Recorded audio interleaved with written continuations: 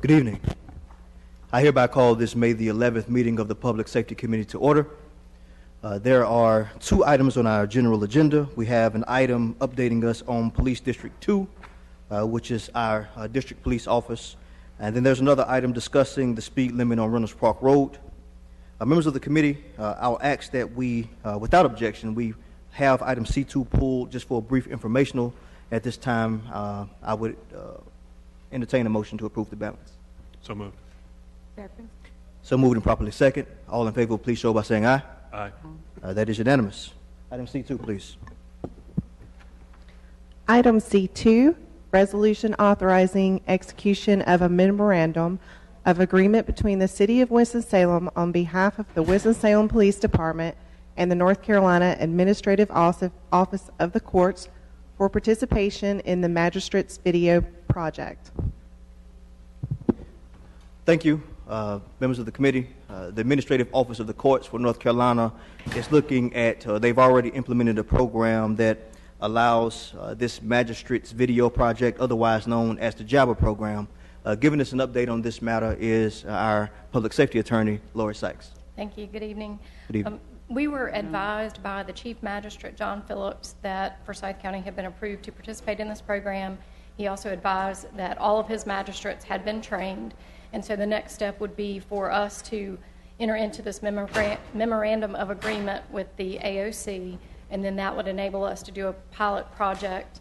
The plan is to do it on a very limited basis, 3 either desktop or laptop computers, 3 authorized users, and we would see how that seemed to be working and if it was as beneficial as the Administrative Office of the Courts thinks that it will be, and then at that time make a decision of whether to implement it on a wider basis.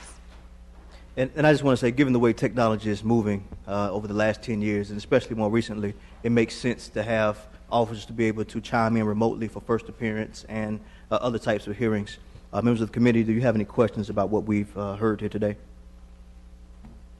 So how does it work? If you could explain it a little bit. Attorney Sykes? I don't know if you have ever attended court where they've done video conferencing with inmates at the jail, but it's set up where the inmate is brought into a particular room at the jail, and he can see the courtroom, the judge and everyone in the courtroom can see him or her, and they're able to talk by video, and that eliminates the need to transport prisoners back and forth for those first appearances. So, for example, if we set up a station like this at the police department, then the officer who is there with an arrestee could conceivably have that interaction with the magistrate without having to physically go before the magistrate. Now, because our jail and magistrate's office are there in the same facility, it won't be as great of a benefit to an urban community as it would be to a rural community where the magistrate's office are spread, few and far between. But one benefit that was specifically noted would be when we have someone who might be in the hospital, we would not have to have the magistrate physically come to the hospital. Again, you could have a laptop and conduct all of the hearing just by video the way they do arraignments. Thank you. Councilmember McIntosh. More of a comment than a question, but it does seem like a very good use of technology. It seems like it will allow productivity to increase. You'll be spending less time transporting people back and forth, but also I think it probably will afford some additional safety in courtroom situations where you have people who could potentially be, not the nicest folks and rather angry, and having them, in a room on TV versus in a small enclosed space, I think would be a very good outcome. Thank you, sir. And as you've heard, Attorney Sykes, I think you've mentioned this, but I believe the program is going to be cost effective. I think we're looking at charging $15 per user per month, and I think what I read in the report, we don't anticipate any more than 3 users. How many users do we anticipate, and if you have any idea about total cost?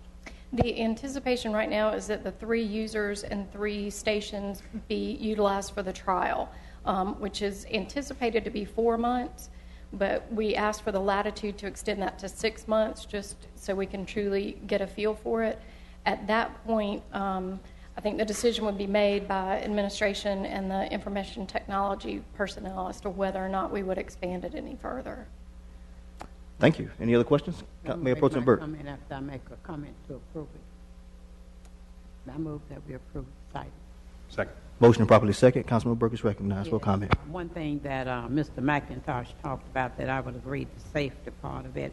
And also when you have people in the hospital, sometimes it's not because they may have an injury, but sometimes with that injury they have certain types of diseases that can not be as safe for folks. And I think that would be one way to eliminate carrying that back and forth. And technology is what we're about. Thank you. And I'll say this, and we'll all say it again. Our police department has historically and traditionally always been out in front. We've been pioneers and trailblazers on the cutting edge of technology, and this is just another step in the right direction. So Attorney Sykes, Chief Roundtree, and everybody else who've helped to make this possible, we appreciate you. And it's been motioned and properly second. All in favor, please show by saying aye. Aye. All right, that is unanimous. Item C2 is approved. Thank you. Thank you, Attorney Sykes. Item G1, please. Update on Police District Number 2 station building plans. Before we go to that, may I just ask a question? Councilman Burke. I may have to leave before this is over, so I need to ask a question. Today, coming down or going down New Walkertown Road, there were 11 or 12 police cars going toward the Carver School area, and they had 7 of them or 8 had their lights on. Do anybody know what's happening? Because when I get home, my phone is going to be full. Chief Roundtree, if you don't have the information now, if you can get Ms. Burke an update before she leaves the committee, I imagine she might get some calls on the way home. Yeah. And 7 or 8 of them had lights on, but the other ones did not put their lights on, and a sheriff was coming down, but I guess he decided not to join the group because it was really that many cars. We need to know why. Around the school. All right, item G1, speaking along the vein of being trailblazing, innovating, we all know that we're moving to a system of community policing where we're decentralizing public safety and getting those police districts out in the community. Giving us an update on Police District 2, which is on Walltown Street, the former Lucia building, is Mr. Robert Presswood. Thank you. Good evening, Mr. Chairman, council members. Good evening. As you probably remember, in October 2014, council authorized us to enter into a contract with Winston-Salem Architects to design the District 2 station on Walltown Street. They have wrapped up the design, and so we wanted to go ahead and submit this to you as an information item to take a look at it. If you want to turn to page 3 in your book, that's the site plan. If you look, Walltown runs along the bottom of the sheet here. If you're familiar with the building, it fronts up against Walltown. There is public parking right here for anyone visiting the station, and then there is a secure gate here, and this is the employee parking at the rear of the station. Any questions about the site plan before we move on to the... What gate? What did you say? I'm sorry, I missed that. That the public parking is right here at the front, and then there's a secure gate, and this area back here is the actual employee parking for the officers. Okay. There is an emergency exit out the back in case something blocks the front if something happens out on Walltown, so there is a secondary access out of the parking. Any other questions about this portion of the site plan? Councilmember McIntosh. The day-to-day entrance is going to be on Walltown. That's correct. The rear exit is for emergency use only. Yeah. Thank you. Mr. Presswood, you have the floor. Okay. And if you'd like to go ahead and turn to page 5, that actually shows the floor plan of the building. This area is a secured area for the officers to pull in. If they have someone in the back of the car, they close the gate. That way they can go ahead and transport the person into the building without a chance of them escaping. Obviously, we have offices for the officers. We have workstations, locker room facilities. There's 2 conference rooms and a large meeting room for them to assemble before each shift. We worked with Chief Roundtree, Assistant Chief Weaver, and Captain Louder to lay this out, and feel like we've accomplished everything they needed out of the building. Mr. City Manager, this question will be for you. Just speaking of the conference rooms, I think the community will feel good knowing that this particular facility is where it is on Walltown Street, but will they have access to the use of the conference rooms for community meetings and things of that nature? And if not, maybe we can add an element. I'm sure we could work that out. I need to talk to the chief about security and when they could be used. And they're not going to be just open as public meeting space, but I'm sure when there's a need, they could arrange it because it is the people's building. Mr. Presswood? Thank you. And then if you want to go ahead and turn to page 7, that's just a drawing of the exterior of the building. Since it's an existing building, there will not be a whole lot of change to the exterior. We will be replacing all the windows and all the doors, and there will be additional landscaping put in place, especially along the sidewalk area.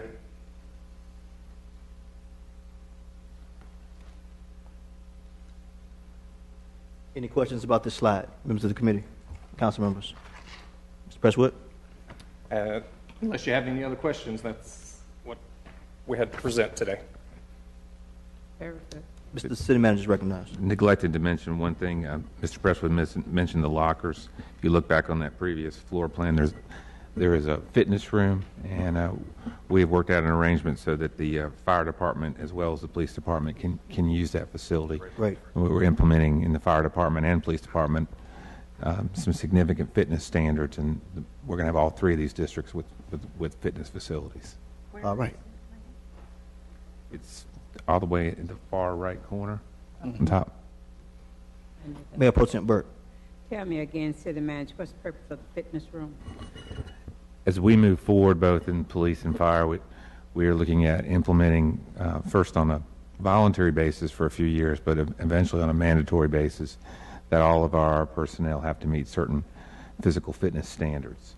And as part of that, we want to, in the beginning, offer more facilities where police and firefighters can get in shape even on duty. So part of what we'll be looking at is for the engine companies and the fire department that are nearby this facility, they'll be able to come there and do 30 minutes of physical fitness, still be able to respond to calls. The same thing with law enforcement. I think the police department already allows or actually requires officers to work out. I understand clearly what it is, but we're not using the ones we have, and I think it needs to get to the place, what you just stated in the last part of it, there should be some type of requirement. There will be. To be physically fit.